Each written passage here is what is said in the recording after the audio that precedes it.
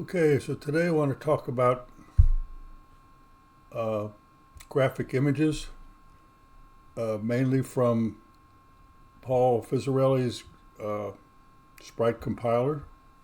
We'll see how them two terms all fit together here shortly. So, first of all, let me, we're going to talk about the Sprite compiler by Paul. Okay, very, very excellent product. Okay, but we're not going to be talking about sprites, even though it is a sprite compiler. He's added a function for graphic images. I watched Coco Nation Tech, I believe it was 2 or 3 when it was on, maybe a month or so ago, as he explained how to use the sprite compiler. And towards the end of it, the last 10 minutes or so was geared towards this graphic images, and that kind of interested me because I've been piddling around with doing some stuff myself.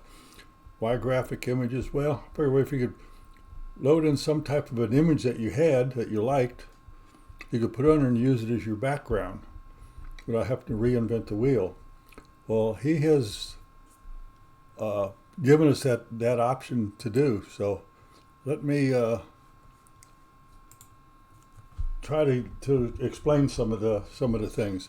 And in the link below, I'll have links below for where you can get his sprite compiler, and also a link to the Coco Nation Tech show. And it's about 2 hours long, but it's very informative about how to use the sprite compiler. And the last 10 minutes is devoted to these images. You can see here I've got the sprite compiler up, and I've got an image in there I just copied and pasted. You find images all over the internet, or you may have some of your own you want to try. And I was playing around with this stuff, and I was having a lot of problem. His program has really helped out a lot. So you just drag and drop, and then you can see a lot of stuff on this page here. And believe it or not, you can ignore most of what we're talking about today. Okay, you drop it on there, you go up to the upper left corner, click on File, Export As, and the third one down is .bin exe compressed image. And that's basically what we're gonna do. That bin file it puts out, you can put that onto a .disk file, put it on your color computer, say execute, and your image shows up there. It's pretty much that easy, but there's a lot more to it, because what is the size of the images? What can you do with it? Well, a few things we'll do is this image I brought in here. If I do a right click, it gives me some options. I can scale it, crop it, things like that. So if we say crop, okay, well, I need to go back. I think I need to go back and reset it because I had been piddling around with it. Okay, there's the image that I pasted in. Now I go to crop, and it gives me options. I can do, 320 by 200, 320 by 224, or 256 by 192. Well, what I was doing, I was wanting to do all my stuff with the 256 by 192. We'll talk about that later. But if I say click that one there, that's when it crops. That's all you're going to get is that portion of what you put in there. That's all you'll get.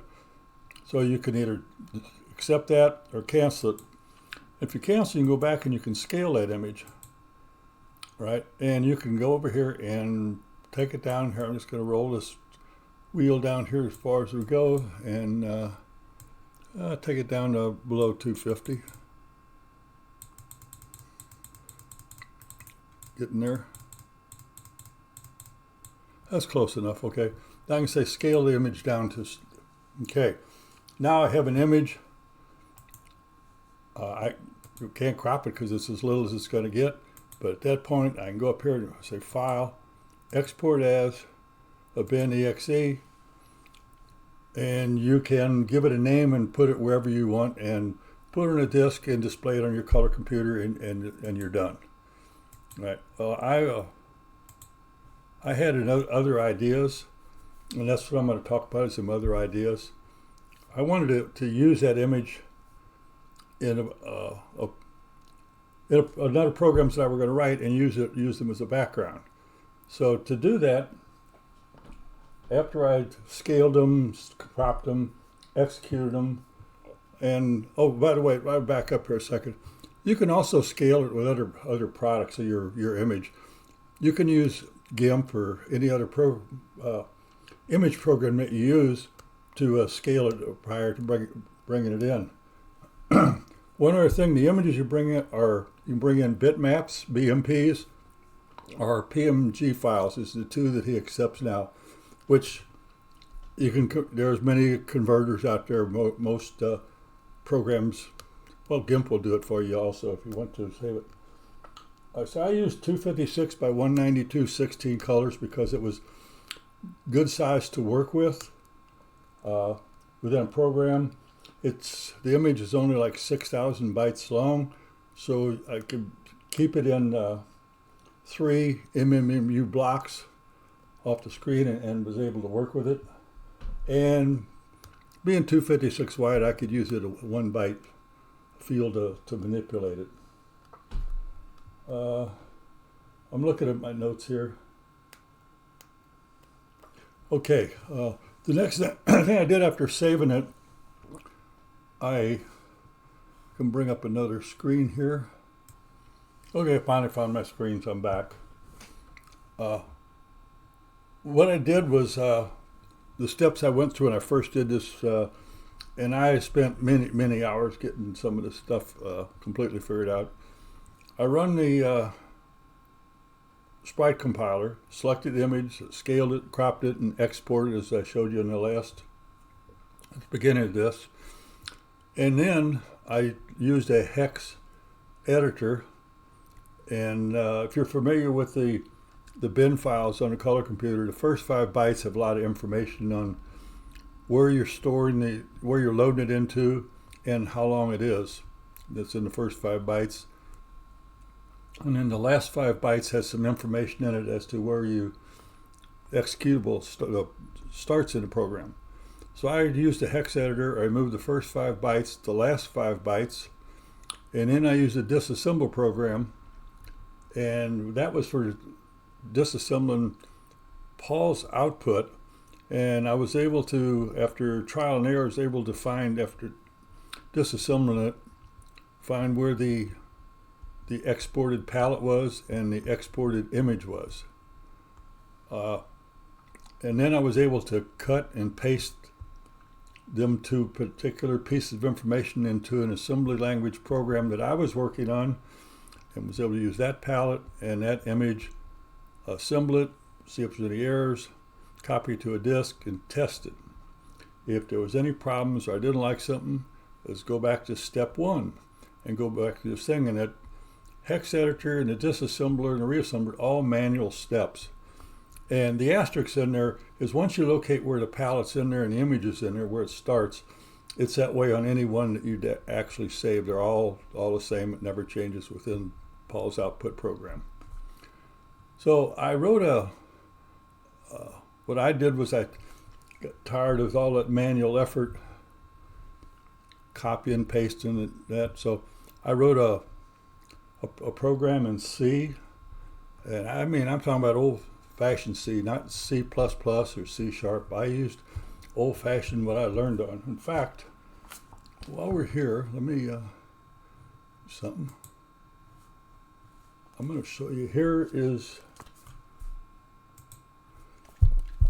the Bible. This is the original book I got about 40 years ago to learn how to program in C on an old Unix box of VAX and OS 9. Okay, and this is a neat one here because if you look inside, you'll see these signatures by the 2 authors of C, the persons, okay, Brian Kerningham and Dennis Ritchie. They're the 2 that wrote this. I was able to get them to sign my copy. So much for nostalgia. So I wrote the C program, the standard C, read in Paul's output, the bin file, locate where the palette was, the image, and add it, I'll put them as FCBs into my assembly program. So it was a one-step operation. Save his, run a C program, assemble it, copy the disk, and it was done. Very, very short. If I can bring up the C program here, you'll see I've got a lot of notes so I can remember how to run it, because once you do this stuff a month later, you forget how to do it.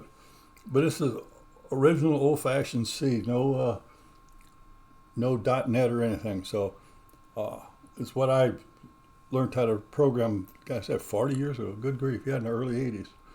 Anyway, it takes a common file, a common program file that's of my writing. It outputs it reads it in.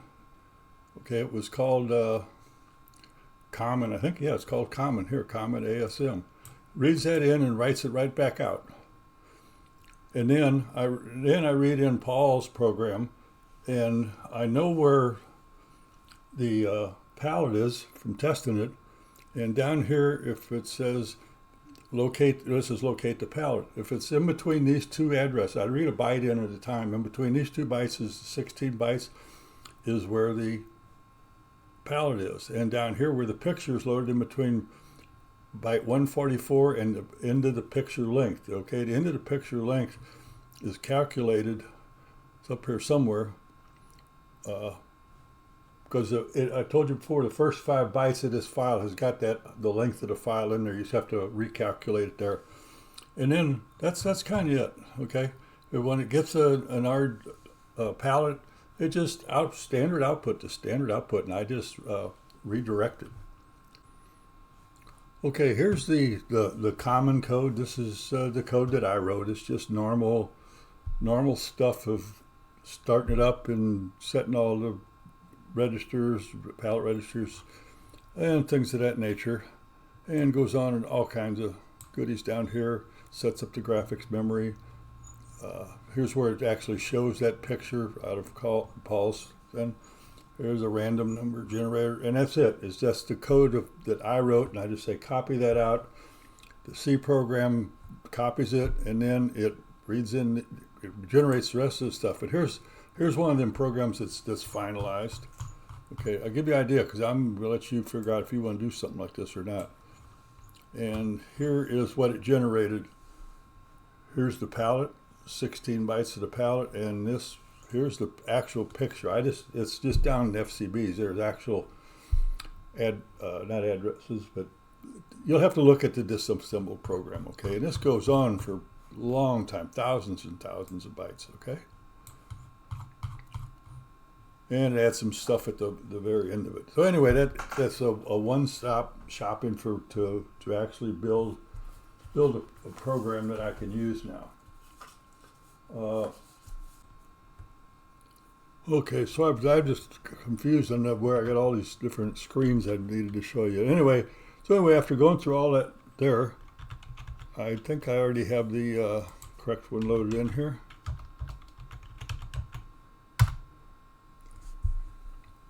Here's the Pepsi one we showed before. Here it is on an actual color computer. And I wrote some code in there just to bring it in bits and pieces at a time.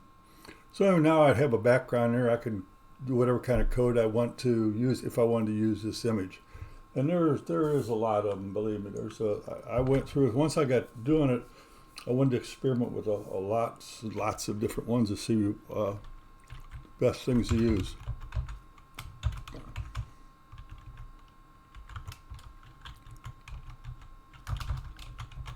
I'll show you a few of them here. I was trying to find out how many colors should I use? What's the best? Okay, there's one that's up. Let's see.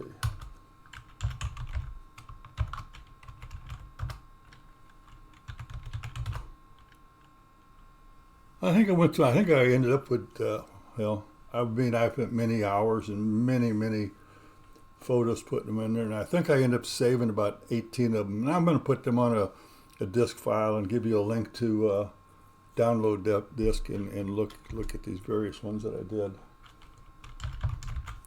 A couple more here. Seeing as it's that time of the year, I did end of the year Christmassy stuff, I guess. I guess you'd call it the Grinch Christmassy. And you can see some of them are much brighter than, or better looking than the other ones. One more.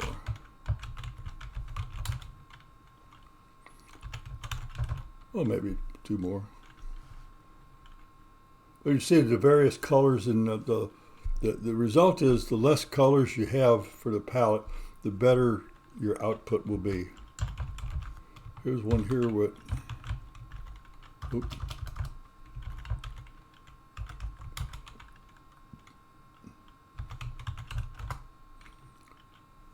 Okay, this one here has a lot of colors with a lot of shading, etc., and it's not as crisp and clear. Again, I'm not using the highest resolution that you can. I was kept it at a smaller resolution. I kept them, so I have my tests would all be at the same resolution. So I did go back and do some of these in the high resolution without adding to my program to see how much better they come out, and they do come out a lot better. But anyway, you get the idea here. So like I say, I have 18 of these. I'll put a disc out there. You can look at them and say ooh ah, or say who cares. I don't know.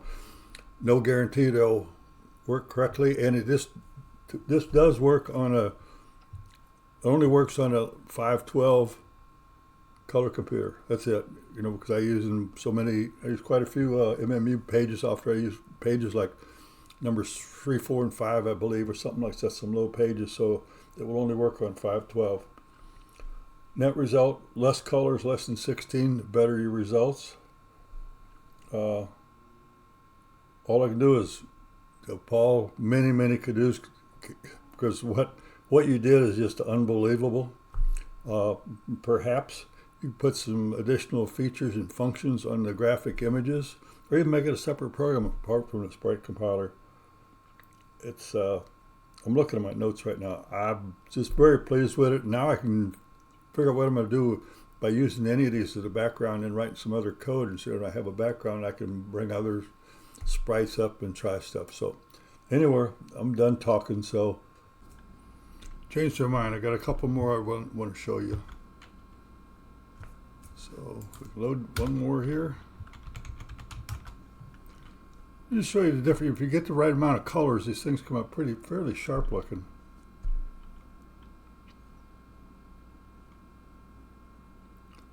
Okay, that just has few colors. Everything's nice and crisp, even at this resolution. One more here that has lots of colors, lots of shades, and you'll see what it looks like.